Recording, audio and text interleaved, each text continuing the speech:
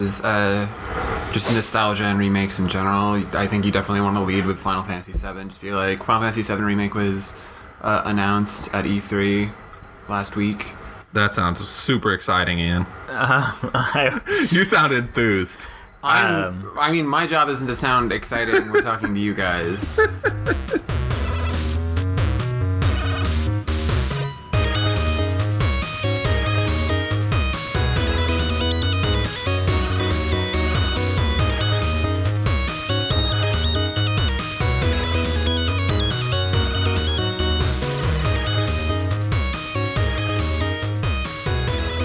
All right, hey everybody, welcome to Uncommon Loot. I'm Steven. I'm Eddie. And I'm Ian. And today, because of all the stuff that's been going on recently and all of these Kickstarter things and E3, we're going to talk a little bit about nostalgia. We're going to take it back a little bit. So take it back to the past, back to things that we loved when we were growing up. Mm-hmm. And talk a little bit about the games that are kind of feeding off of that in both good and bad ways, I guess. Yeah, I'd say good and bad ways. Yeah, right, Ian? A little bit of both. I mean, I think when money is involved, like, it can all be good or bad. That's very true. Very true. Like, when video games are involved, it can all be good or bad in a lot of ways. Yeah, like how are we going to invest our time and our money? But a lot of people are investing their money in the promise that something is going to be like something that they had when they were a kid. Yeah. Specifically, a couple of huge Kickstarters, which we've had a Kickstarter episode and we've talked about that, but we're not going to talk about the money and the intrigue and the things that might be taking away.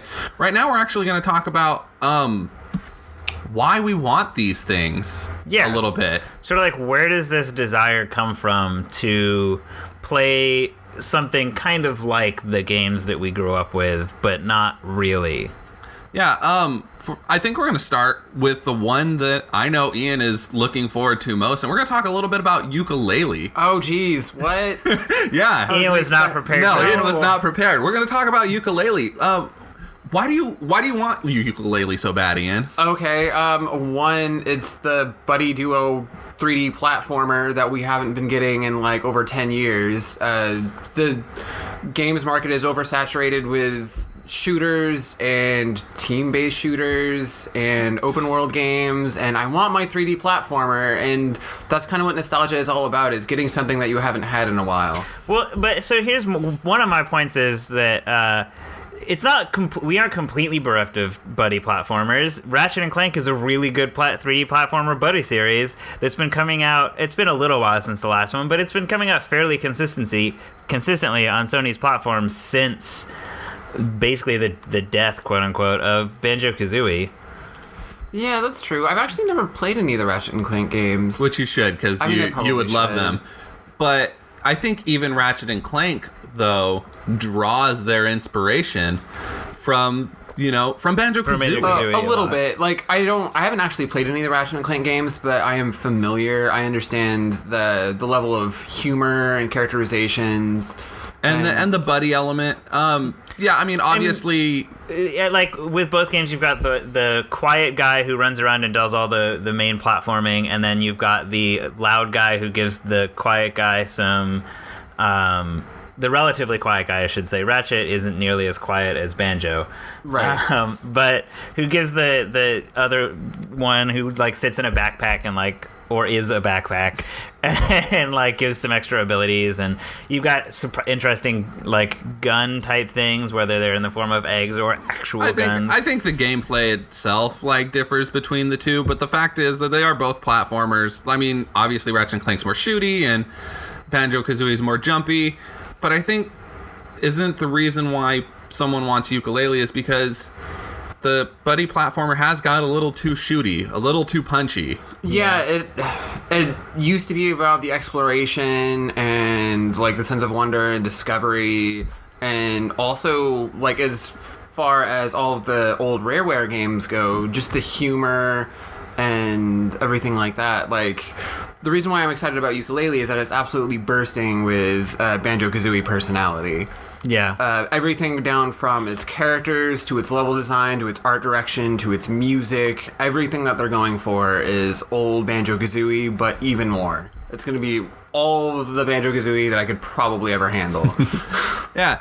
And I mean, I think that's why it made so much money, is because people were looking at what they played when they were little, when they were a kid, when they had this different feeling.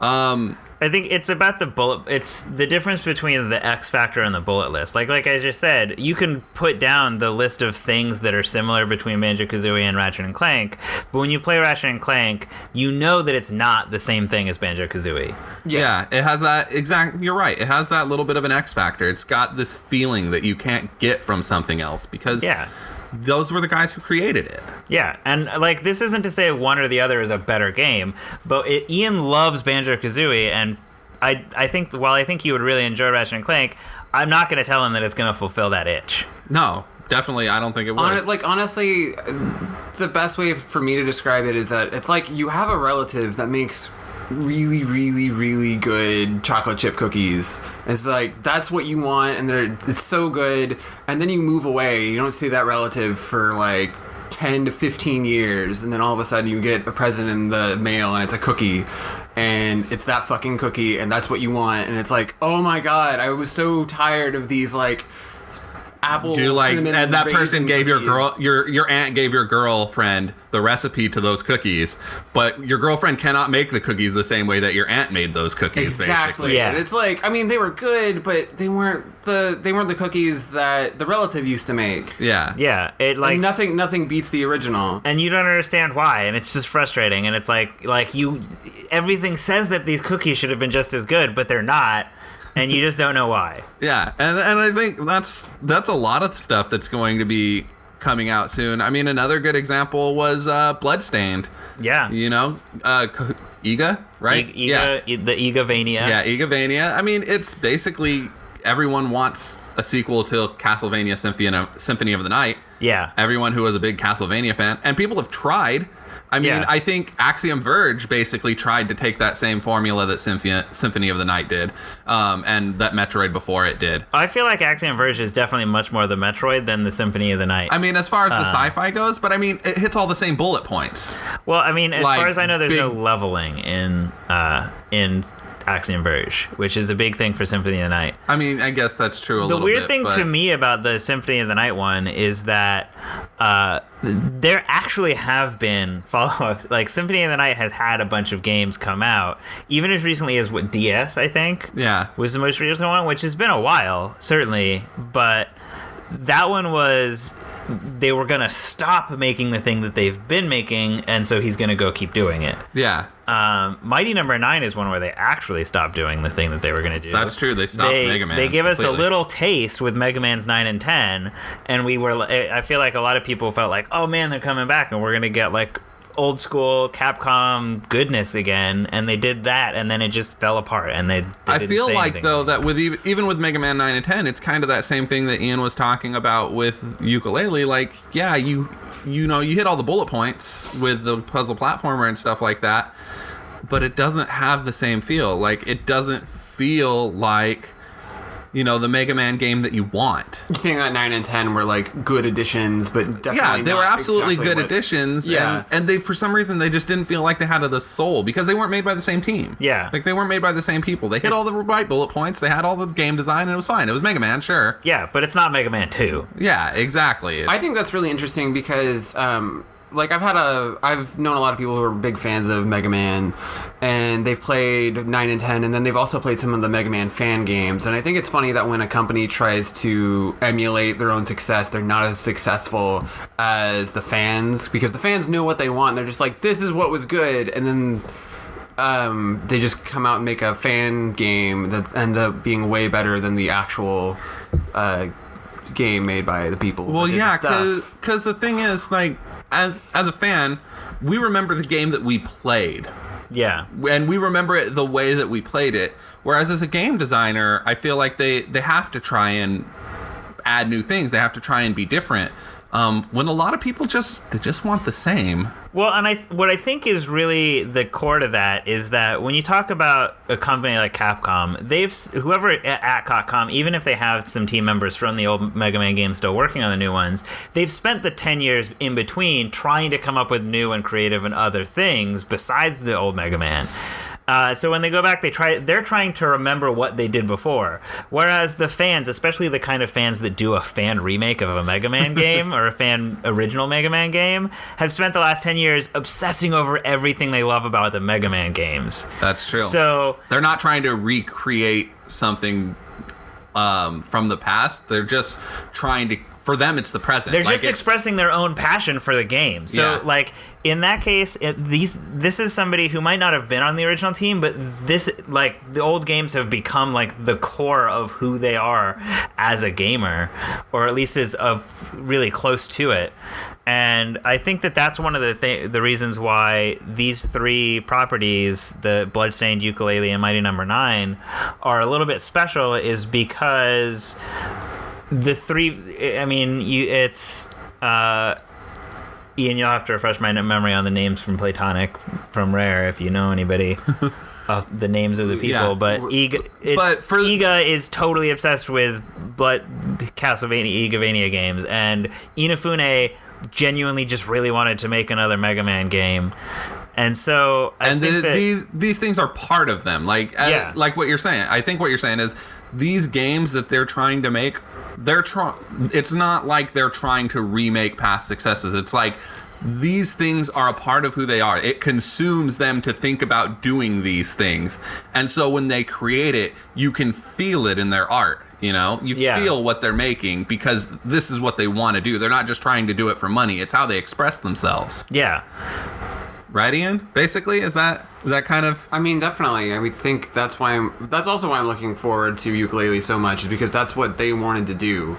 Yeah, it's a passion project for the people who originally made these games that we liked, and when it first came around, they were passion projects back in the day. It was that's how these games started, was passion projects, and the people still have the passion to make them, and it's I think the other thing about it is it's moving away from the businessy side of like what's the safe bet or what's the sensible game to make. And I mean, right now, certainly the safe bet is a $500,000 shooter MMO. Apparently, that is very true. You mean $500 million? I think that's actually what's really, really important as far as cashing in on nostalgia for video games, is that I feel that if the passion isn't there in recreating that nostalgia, then we might end up having something we don't actually want. And then we end up with a lot of disappointment, because there's also a lot of disappointment involved with nostalgia. That's true. I mean, specifically when they go into franchises that you love, that you've had a lot of nostalgia for, that you grew up with, and they make you really happy, and then they show you something that doesn't. This is actually one of those areas where I think Nintendo as a company is like this weird sort of like, they encompass all of the good and all of the bad. Yeah, playing off of nostalgia is kind of what Nintendo has been doing as a business for basically ever. Yeah, but sometimes it's passionate and sometimes I love it, and other times it just falls completely flat and it doesn't make any sense. Yeah, sometimes, that's right. Like, for example, the Mario games. For some reason, all of the core Mario games still feel like there's the passion in creating them. Like, people are loving what they're doing. Like, when I was watching the Nintendo World Championships and I was listening to the commentating, you could tell that those guys who made those levels loved what they were doing. They thought it was fun and great. And then when you watched it be played, you were like, this is fantastic. Well, and then when you look at the Nintendo Direct video where they interviewed Miyamoto and Kaneshi about how they used to make the levels and how it was based, like, they just draw it on graph paper and then somebody else would put it into the computer. And now, like, you look at that and then you look at the Mario Maker interface and you're like, you just gave us the same way that you used to make Mario levels. Yeah. Like, you just gave us access to the old Mario design system, but you automated somebody puts it into the computer. Like, that's just how you build it on the computer and it's already there, and then you can just play it. and it's sharing their passion with the rest of the world. Yeah, and I think that's a wonderful way that Nintendo does feed off of nostalgia. But then there's the Metroid, missteps. fucking Metroid Prime Stupid Federation. Metroid Prime Stupid. Federation Force. Federation of. Don't forget about Blast Ball. And Blast Ball, which first of all, those two should be the same. Like those are not two separate games. Those are single player and multiplayer aspects of the same game. Yes. And two, like, I feel like they're not confident enough in the gameplay mechanics of it for it to sell without the name Metroid on it. Yeah. And so now they're trying to feed off of the nostalgia that we have for the Metroid games that we love by putting the Metroid name on it. But I feel like that does a disservice to the nostalgia that you have. Like it's not good. Not only that, but that's really playing a dangerous game when you just take a name brand and tack it onto something that isn't fairly representative of that brand. And the fan in us is like, oh man, it's new Metroid, but that's not the Metroid that I wanted, so we immediately cross off the hopes of getting the Metroid that we do want because we're getting this instead. Yeah.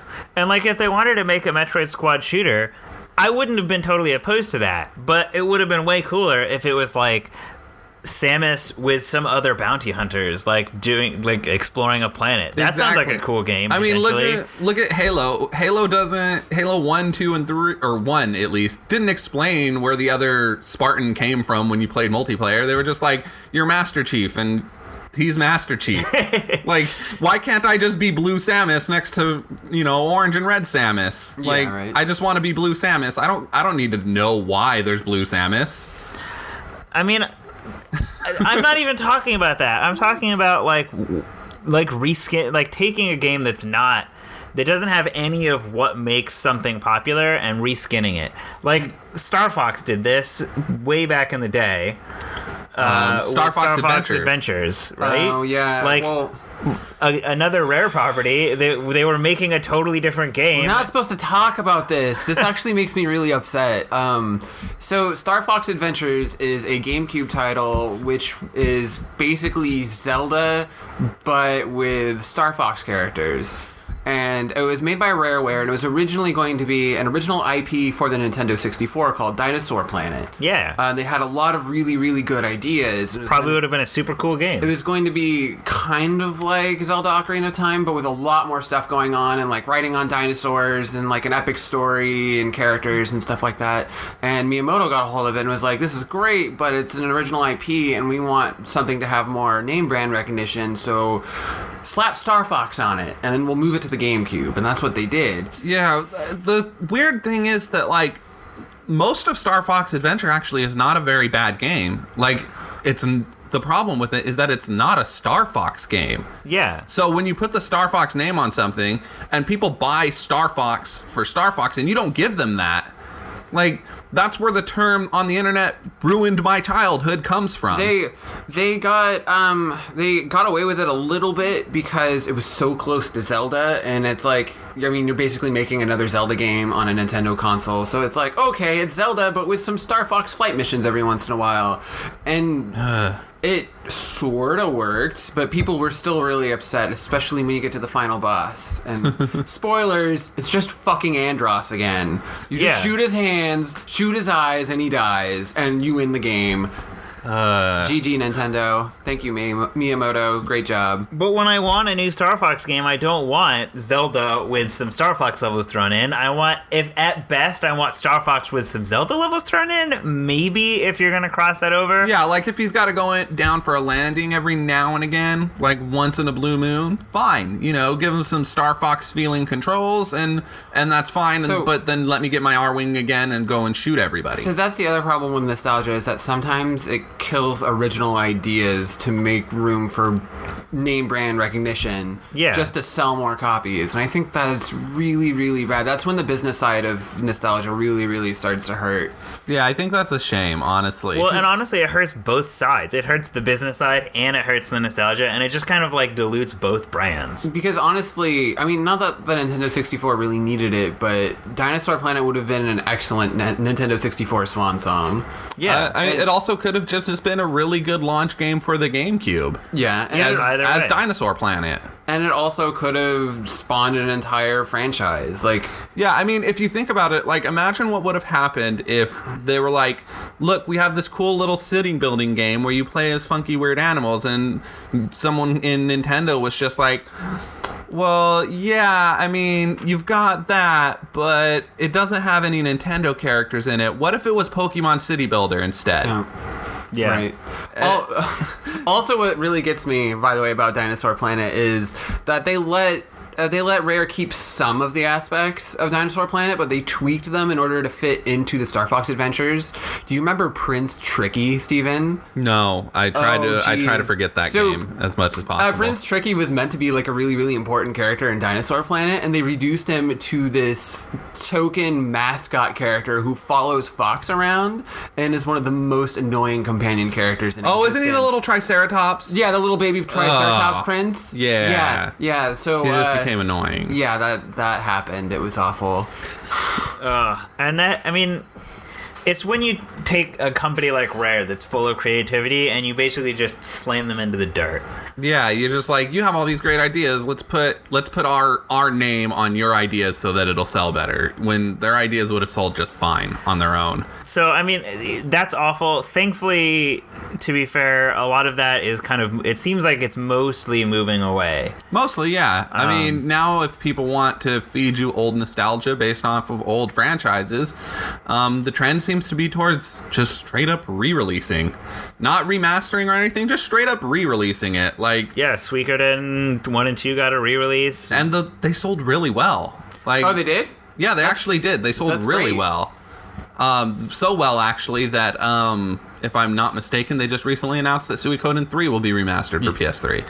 Are they remastered or just like? I think they're actually remastering it. Oh, believe that's it or nice. not. Yeah. So not a full-on like crazy high quality remake, but just like we'll upscale it and we'll put some filters on to make it look a little cleaner. Exactly. That game probably needs it. That was a really, really early PS2 game. Yeah.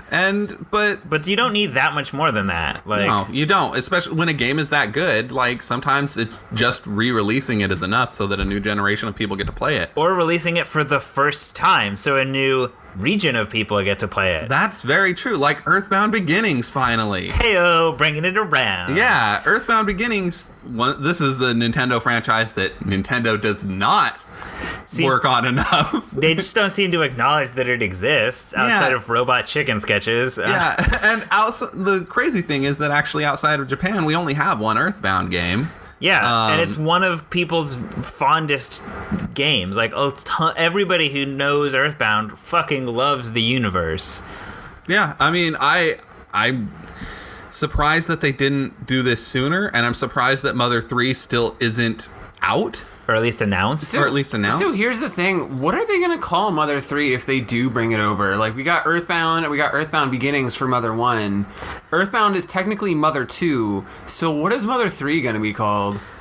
The scariest thing would be Earthbound Epilogues. Oh, that would make me sad. Because... Well, I mean, we know, like, they're just straight up not going to do any more Mother. Like, I think the guys already said, what's his name? Itoi or something like that? She something he's Itoi. Pretty much already gone on record saying that he's Itoi, done. I think it is. It's not going to happen. Which is, I mean, that's one thing, but when you call the game Epilogue as like it's the end, follow up, it's the last bit of this universe, it just has a finality to it that him kind of saying isn't gonna. I mean, Square's been saying they're never gonna do any remakes forever, so yeah. Yeah, we'll get there. But I'm going to hold that off. I wanted to talk about the other big type of thing that we've gotten that doesn't really happen very often, but fucking Shenmue. Right? Shenmue. I mean, I'm excited that it's coming out, but I've never played Shenmue 1 or 2. I haven't either. I kind of just know from the people who have played it, who have told me about it, that it's supposed to be amazing, so I want it. And me too. That's kind of where I'm at. I'm kind of surprised that Shenmue has as big of a following as it does, considering that it originated as a Dreamcast launch game. Yeah. Well, maybe not a launch game, but it was an early Dreamcast game. and then it got ported to the Xbox. No, Shenmue 2 was put on the Xbox. Shenmue 1 was also put on the Xbox. Was it? I don't remember. So Xbox had both Shenmue 1 and 2. Shenmue 2 only even existed because Microsoft, I think, funded it, but they didn't translate it. Well, they didn't get English dubbing voice actors or anything like that. They just subtitled it. Yeah. But I'm kind of surprised because just having an original Xbox following doesn't really equal the strongest fan base in the world unless you're talking about Halo. Well, no, but so Shenmue has two things going for it. One is that it's a sequel, not a remake, because Shenmue 2 ended with a cliffhanger to be continued. And let's see what happens, and it just never happened. And so anybody who did care enough about those games to play really through mad. 1 and 2 is really upset about how they're not going to get the thing, and is probably super nervous about the way that Yu Suzuki keeps saying this is a 4 or 5 game thing. So cross our fingers that this sells well, because otherwise, whatever. Well, Kickstarter has already funded it, so Kickstarter's funded this game. Yeah, but. Really? I thought it was just going to be a trilogy. He's really planning on making like 2 more of these things? Well, he said that from the beginning, he was like, this is a long thing. Like, it's this an is 11-chapter series that would ideally be 4 or 5 games. And it's not clear whether he intends to give up on the 4 or 5 games the way that Monolith Soft did with Xenosaga, or if he is really just gonna fucking make the chapter 3 of the 4 or 5 games and just hope for the best. I mean, I feel like with what Monolith Soft did with Xenosaga, with just cramming like basically 3 entries into one, probably really, really helped Xenosaga 3, but I don't think that he has the budget to do that with Shenmue 3. Yeah, that's the other thing, is unless Sony is really bankrolling like 80% of this game. And I'm betting, honestly, to tell you the truth, based off of how much it costs to develop a game like Shenmue, I'm betting Sony's bankrolling a lot of it. Yeah. Like, they've got to be bankrolling a ton of it. They're being super unclear. And probably the guy himself is probably bankrolling a good amount of it as well. Like, he's not broke. Yu Suzuki isn't broke, but he's probably not. The way I don't think that the Japanese game developers will ever be Cliffy B. Rich. No, they won't. They will never be driving 2 Lamborghinis. Just the way that business works in Japan, that doesn't really make sense. Miyamoto isn't fucking Cliffy B. Rich, probably. Right. He might be. He basically made a Nintendo company that worked. Yeah. But like, I mean, Shenmue is trading on sort of a non-existent nostalgia in the same way, in almost the same way that Last Guardian is. I mean, it's feeding off of its reputation, is what it is. Like, maybe a lot of people didn't play those games, but those who did are very vocal, very loud, and have influenced a lot of people into thinking that, you know, this is probably going to be a great game. Yeah, so much so that Shenmue and The Last Guardian both have the sort of legendary reputation that Suikoden 1 and 2 have. Yeah, exactly. Except for they never have come out. Yeah, except for they're not real games yet. I mean, Shenmue's like Last Guardian looks like a real game. It does finally look like a real game. And Shenmue looks like it's gonna be a real game. Yeah. Whether it really is or not, but still, like, they're not trading on a series that everybody is super into. No, they're trading off of a series that some people are more into than most parents love their children. Like, that's how obsessed that these people are. Like, it has literally consumed them to the point where they have influenced millions of people around the world to assume that what they're saying is the truth. I don't know. The whole Shenmue thing really confuses me because, like, yeah, I've never played the Shenmue games, but I have seen a lot of both of them. They didn't look very good, like, at all. Ironically, today's Penny Arcade comic, this is Monday, by the way, it was totally relevant. Like, and the joke is that they're talking about what it's like to play Shenmue, and it's like, I drove a forklift, and then I got some shit from the store, and then I went home. Seriously, like, you're just playing as an Asian guy. And You're just an Asian they're guy. talking about this, and their son is there, and he's like, "This is a video game? What are you talking about? This is fucking stupid." And honestly, I mean, I've watched a Let's Play of it, and it really is like you're just going about your business most of the time. Yeah, you're But a then dude. every once in a while, you fight some guys. It's like the original No More Heroes, except for that you're not an assassin and you're not fucking trying to do anything. It's just the menial labor that you do Yep. throughout your day. Pretty much. Yeah, From well, place to place. But somebody kills your dad, and maybe at some point you're gonna find him. Yeah, but that wasn't in game 1 or 2. And probably not in 3. That's not till game 5. Yeah. So you got 5 games that may or may not come out to look forward to before that happens. And the crazy thing, though, is that more than that, in No More Heroes 1, when you went to go to work as like a fucking lawnmower, you played a mini game that vaguely resembled mowing the lawn. If you went to go mow a lawn in Shenmue, you would just mow the lawn. Yeah, that's all it would be. Really? Yeah, it's not a mini game. It's not something silly like a 2D. No, it's just literally you get a just lawnmower and you move your guy around until the lawn is mowed, and Yep. that's the end of it. You don't have some weird motion control or something. Nope, you just do it. You Yeah, just do it. I don't understand why this is such a huge deal. People love it. Some people really love it. I think because it's the first real open world game, and in some ways it's still the only true like real life open world game. It's still the only game where you go about every aspect of a day. Yeah. Like Grand Theft Auto, you don't really play as any of you play as like this truncated version of those characters in a specialized world that's dedicated to you being able to have fun.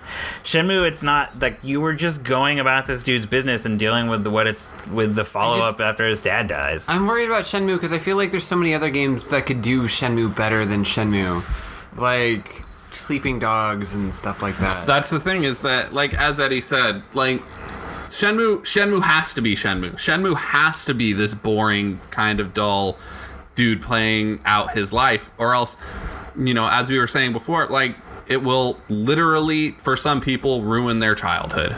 Yeah. It's just that and this is the dangerous aspect of nostalgia, is that sometimes things that we liked were always bad. And if you get more of it and you get to reflect on that, you realize that you are never going to be happy. Wow, this is going to be a really bad segue. Because I think now we're going to go and move on from that right into the main topic. I actually had another example of that, unless you want to just jump straight into the main topic. Don't let that be the segue. What were you talking about? I was going to say one of Sega's other franchises that plays heavily on nostalgia and disappointment. Oh, Sonic? Talking about Sonic? Let's talk about Sonic. Because, like, let's get real here. If they did a Kickstarter and they're just like Sonic Adventure 3 with all of these characters and different scenarios and all these levels, and people would jump right on it, and it would be a terrible game because Sonic Adventure has always been terrible. Yeah, Sonic Adventure's not that good. The Adventure 2 Battle was awesome. And that's nostalgia speaking, Steven. No, I played it. It's still fun. And that's still nostalgia. No, like, it's legitimately still a good game. The true nostalgia test is to give a game to somebody who didn't play it when they were 15. But so anyway, so what I wanted to say about Sonic is that I think that Sonic is probably one of the strongest examples of nostalgia because it exists purely on nostalgia. Yeah, it is literally for the last like 7 or 8 years only existed. Are you both familiar with the Sonic cycle? Something like that. So the Sonic cycle is also based purely on nostalgia, and the way it works is that a Sonic game is released, or is announced, and you get excited because you start thinking about the last good Sonic game that you played, and you're like, oh man, look, it's Sonic. It's going to be good like the last one that I remember playing and really, really enjoying. This is going to be great. And then they release another trailer months down the road, and you get hyped, and you're like, oh man, this is going to be really, really good. And then another trailer comes out months later, and you're like, oh, they're introducing a new character and a couple of new mechanics, I guess? I mean, whatever. I'm sure they know what they're doing. It'll be fine. It'll be great. And then they release one final trailer right before launch, and you're like, oh, wait, they're doing this? It's directed by who? Who's the main villain? Why are they doing this? I mean, I guess I'll buy it. And then you buy it, and it's fucking terrible. And it sounds to me like you have an admission that you want to make to us here right now. Is it that Sonic is awful? Sonic. Are you okay with this, Ian? Are you finally okay? I mean, I've known for years that Sonic was terrible. It's not going to stop me from playing Sonic games. Exactly. And that's some the people Sonic, are addicts. and that's the Sonic cycle, and that is why nostalgia is incredibly dangerous. But it's also super powerful to get you started. But I mean, the one thing that's most like Last Guardian on this list that was already released is, I think, Link Between Worlds. It's kind of playing on the nostalgia of, in Last Guardian's case, Eco Shadow of the Colossus, and Link Between Worlds, it's A Link to the Past. It's kind of a remake. It's kind of a sequel. And honestly, I didn't really start enjoying it until I got over the nostalgia. Until I started playing Link Between Worlds as its own game, at which point I felt like it was super fucking fun. It was really good. But when I first started picking it up, and I was like, it was too much of me expecting Link to the Past, and every time it wasn't exactly the same as I remember from Link to the Past, it made me mad. Yeah, that is something that people like really need to realize, is that like a new game is not necessarily going to be like the old game that you remember when you're a kid, but that doesn't mean that it's bad. And even if it's a remake that ends up almost kind of being like a sequel / reboot, which is actually going to be my segue, is be careful. We've got to be careful about this next one. Okay, so now the thing that I was getting to when Ian was talking about a game always being bad, and this is my personal opinion, and go ahead and hate me if you will. But they're remaking wrong. FF7. Which opens just a huge can of worms. It opens like 7 or 8 cans of worms. I want to just like a number 10 can. It just opens that and it's filled with worms, and the worms are also jumping worms that have teeth. It didn't just open a can of worms. It opened a worm canning factory. Yeah, kind of. Yeah. So there's like 8 different angles. There's the people who have been wanting it forever, who will not be pleased with the result no matter what. And the reason they won't be pleased with the result is they have to change some stuff. That's what I was talking about with Link Between Worlds, is nobody who plays the FF7 remake is going to be happy until they treat it as a new game.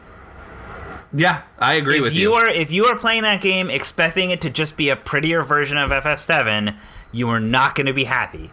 It may or may not be a good game in the end, but regardless of how good a job they do, if it's the perfect, ultimate possible remake of FF7, if you are playing it expecting the same game you got in 1997, you are going to be disappointed. Yeah, no matter what they do. And literally, they could just up-res, everything and just make new character models and everything like that, but someone will inevitably not move right. Somehow the materia just won't look right when you click it in there or something. It just won't have that same feel. Yeah. And it'll have voice acting. Yeah, and it'll have voice acting, which Japanese or English, it doesn't fucking matter. Those people are going to complain because the voices aren't going to be the voices that they remember these people having in their heads. The number one piece of advice I can give Square is don't not do voice acting because it's a good idea. But if you don't leave a voice turn off option and make sure that I could play the game with no voice acting 100% and not miss out on anything, you fucked up.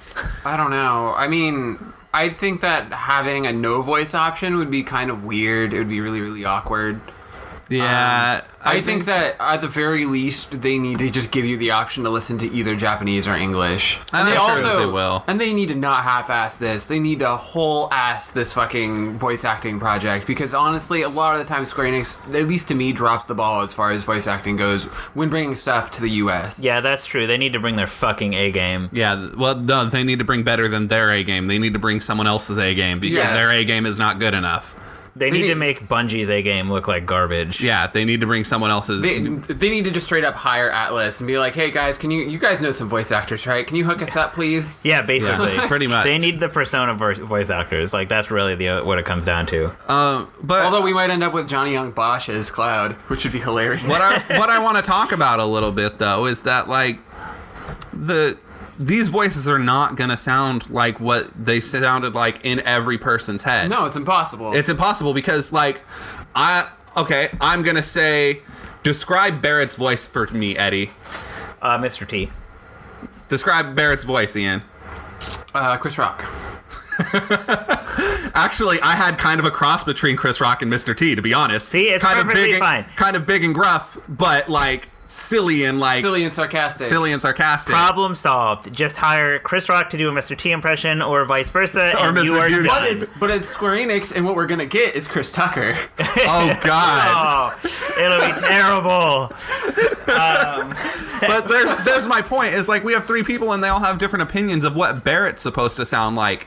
And But it's not like this is the first time we've gotten voices for these characters. Advent Children is a real thing. right, but anyone who's a fan of FF7, people who want this game, don't really see, like, they like Advent Children in the same way that, you know, they're like, oh, it's not FF7. Like, But I mean, Cloud's gotten voiced in Kingdom Hearts. This is not the first time that any of these characters has had voices. right, but I mean, some of them, but for the most part, we've had people do voicing for this, and it's not always terrible. it's not. But FF7 people will disagree, I'm sure.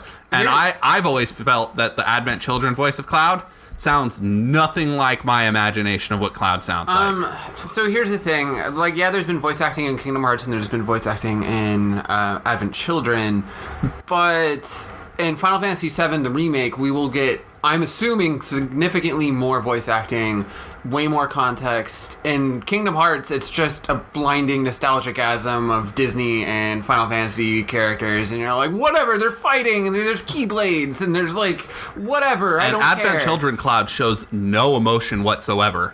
Like, Yeah. at all. I believe that actually caused a little bit of like, people weren't super It was happy about stupid because that wasn't Cloud. But at the same time, there was so much going on in Advent Children. There was lots of pretty fight scenes and cut scenes. Yeah, They it kind of introduced- didn't matter. Yeah, so people didn't really care that much. Final Fantasy VII, it will matter. They're not going to be able to just get away with what... I was going to say really quick, speaking of Kingdom Hearts, it is almost to the point of being a Shenmue-style sequel.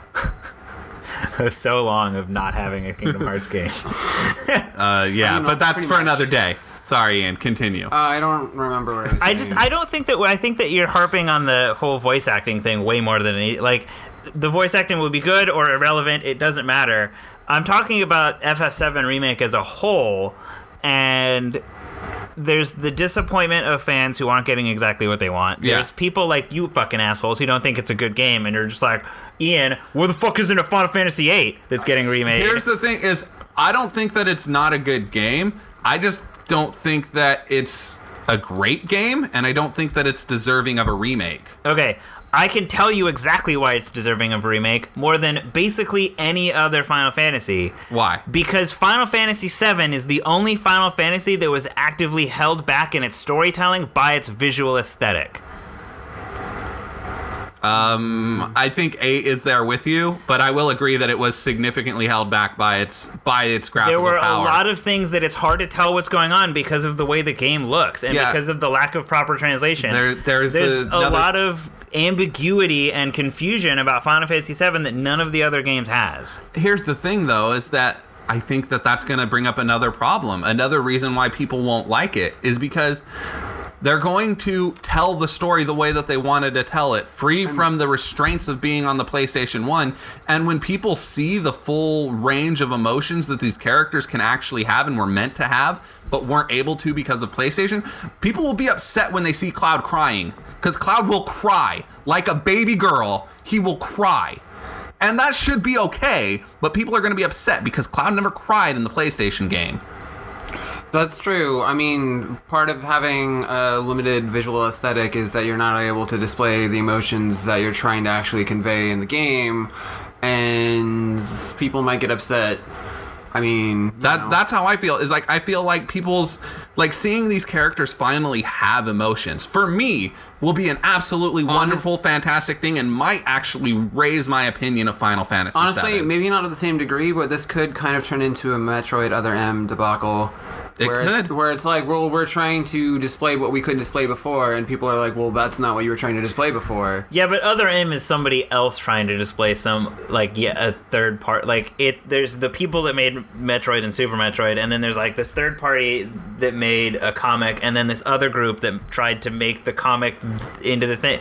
Like, that's like 8 degrees of separation from Metroid. Yeah, I mean, FF7 does have the real thing, but as you said, the story was hindered by its graphical abilities, and which whether bringing those graphical capabilities to bear is going to lead to the disappointment of fans or not isn't what I'm saying. I'm saying that's why, more than any of the other Final Fantasies, FF7 is the best candidate for being brought back or remade.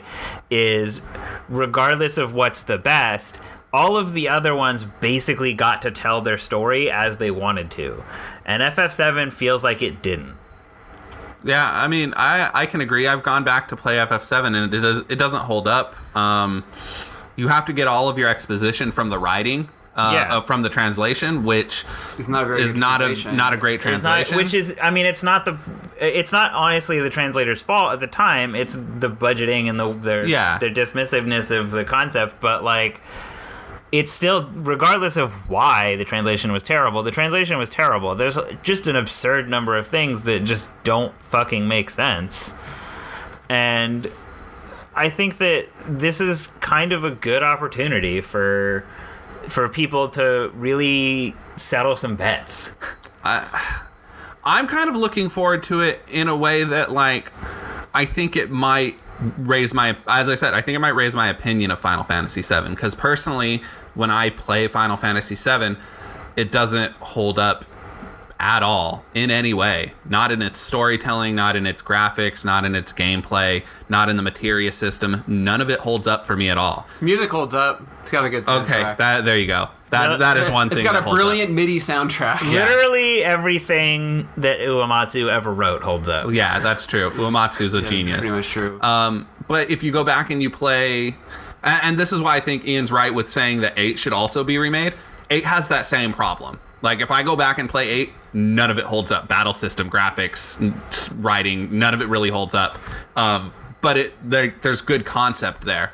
Whereas they don't need to remake other ones. Like, the older ones, like 6 and below, I feel hold up and tell their story just fine, even with their 2D sprites. And 9 and above, even though some of those just failed at telling a story at all, and others were absolutely amazing, the ones that were amazing still hold up. I mean, 13 was held back by its story, not its storytelling. Yeah, like, not that it wasn't a limitation of the system. And quick shout out here, I would love a Final Fantasy IX remake just because it was fantastic and I would play it again. All I would want in a 9 remake, legitimately, is give it the same treatment that you basically gave the FF10 and 10-2 HD. Yeah. That's all I really need from FF9. Yeah, that's what I want. I want FF9 HD and then I'm good. But like 7 and 8 specifically should be remade, kind of to be redone so that we could get the proper experience. From I don't know. games. I mean, of the 3, I think that there were the most things that I was confused about because of the graphics in 9. I think that FF8, I never felt like I missed anything because of the way that it looked.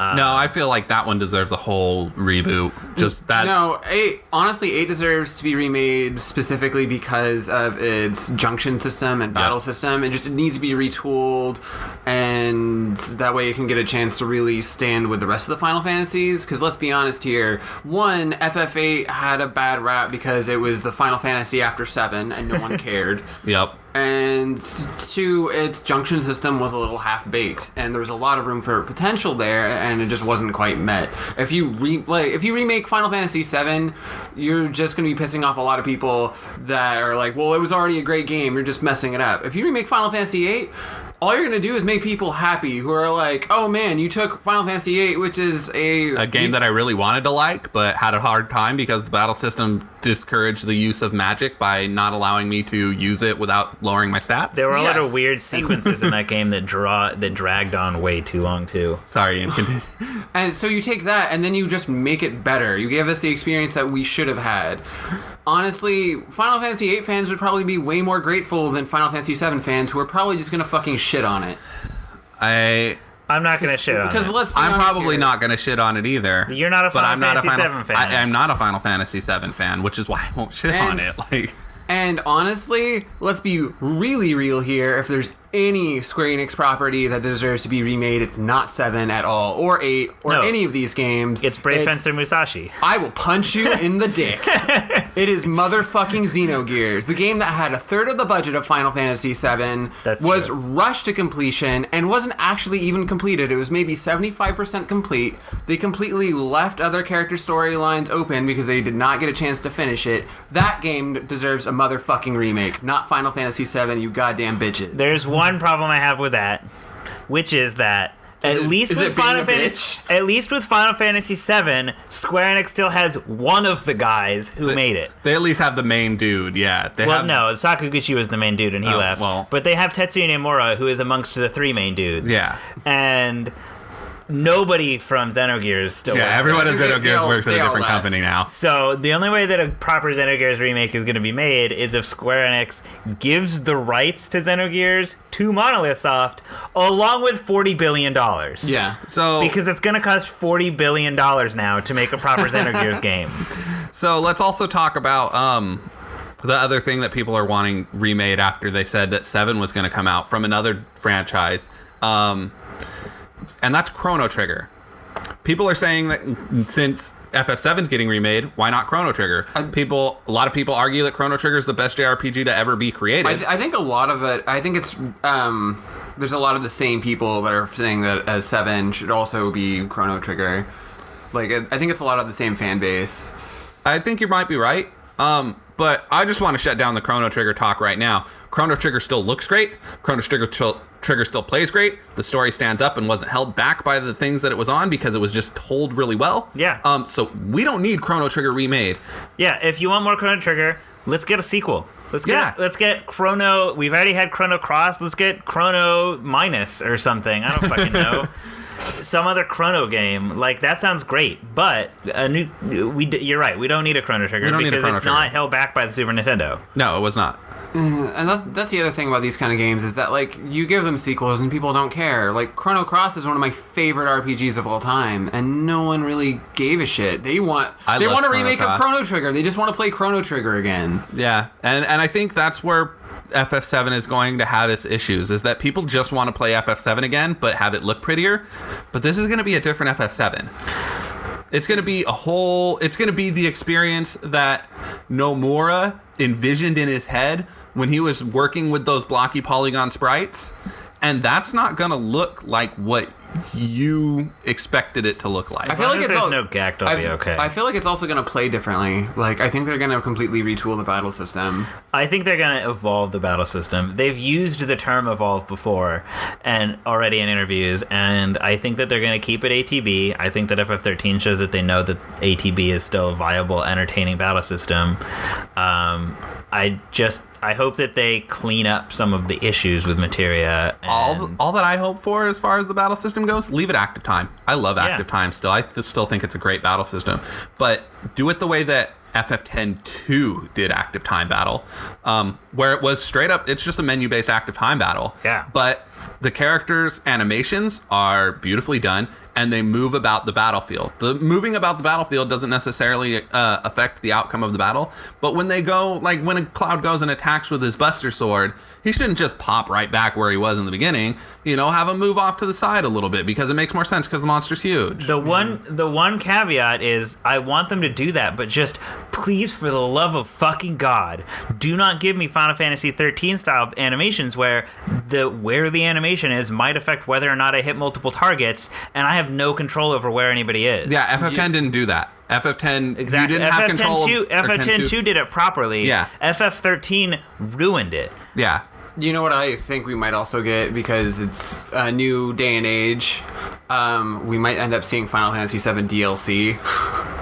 That would be fucking. I was telling Eddie earlier, I think that during the Don Corneo section where you're cross-dressing, there's going to be an option to dress as Lightning for Final Fantasy 13. Yeah, to be honest, I would be surprised. It'll be like a $2 download or something for that one scene in the game. And then I also saw a pretty funny comic a while back, and that's when, spoilers, when Sephiroth jumps down and stabs Aeris. There's a little... What? Right? Spoilers, Ian. Jeez. Honestly, it's not even the biggest twist in the game. There's a notification pops up, and it says, DLC now available. Aeris lives. Only $59.99. Oh, God. No. Oh, God. Oh, but... So, I think... In conclusion, I think that nostalgia is like a really powerful tool. It's great for selling us things, but it can be used for good or evil, as I think Nintendo shows the best. In both ways. In both ways. It shows the best of the good and the best of the evil. And FF7... Don't fuck it up. I think... Don't fuck it up, and don't be upset when it doesn't live up to what you remember when you were... 13 or 12 or however old you were when you played Final Fantasy VII, because it's not. And I think what we've also learned is that nostalgia can also kind of get in the way and hinder new IPs and new ideas and keep those things from happening. So I think, in conclusion, I really hope that after the Final Fantasy VII Remake, Square Enix just lets this one go after that. And they're like, we're done trying to be Final Fantasy VII forever, and finally figures out how to move on so they can create real good Final Fantasy games. Yeah. And actually evolve. That honestly, that might have been the best thing. They should have done this 10 years ago, so they could have gotten out of the system instead of like trying. Instead of trying to make all the other Final Fantasy games like Final Fantasy VII, they just remake Final Fantasy VII and then move on. Yeah. Yeah. They hired a whole bunch of new people after all of their old guys left. Maybe they really should have just been like, let's remake Final Fantasy VII. Treat it like a band doing covers to practice. Like, let's learn how to play as a band using the stuff that we already know works, make it cool, and then move on. Yeah. Right? Well, no, I think what you're saying is like, have them do it so that they know how to make a better FF7 type of Final Fantasy. And what Ian's saying is like, make the Final Fantasy VII remake and then stop worrying about trying to make your next Final Fantasy like 7. No, that's what I'm saying. Yeah. Is like use the FF7 remake to teach their new guys how to make a good game. Because seriously, the last thing the video game industry needs is more Star Fox Adventures. Yeah, we don't need things reskinned as something else anymore. Because seriously, taking original ideas and tacking nostalgia onto it just to sell more copies of things is killing the passion. It really is. And that's what we really need in the video game industry is more passion. Yeah. More passion. But I mean, don't make me not be able to feed off of that nostalgia at all completely. But if you're gonna do it right. Like, give me something that will feed my nostalgia just enough, so that I'm happy and sated and don't need to go back anymore, and then I can move on. Like I think these remakes are actually going to be really good for the industry, because what it can do is people are like, oh, I want another game like this, I want another game like this, and then they're like, okay, well, we'll make you a game like Final Fantasy VII, and then after you have that, you're just like, wow, I didn't want that anymore, or I didn't need that anymore. I guess I really do want something new. Maybe. We can only hope. Whatever, I'm gonna go play some Chrono Cross, guys. All right, everybody. Have a good one.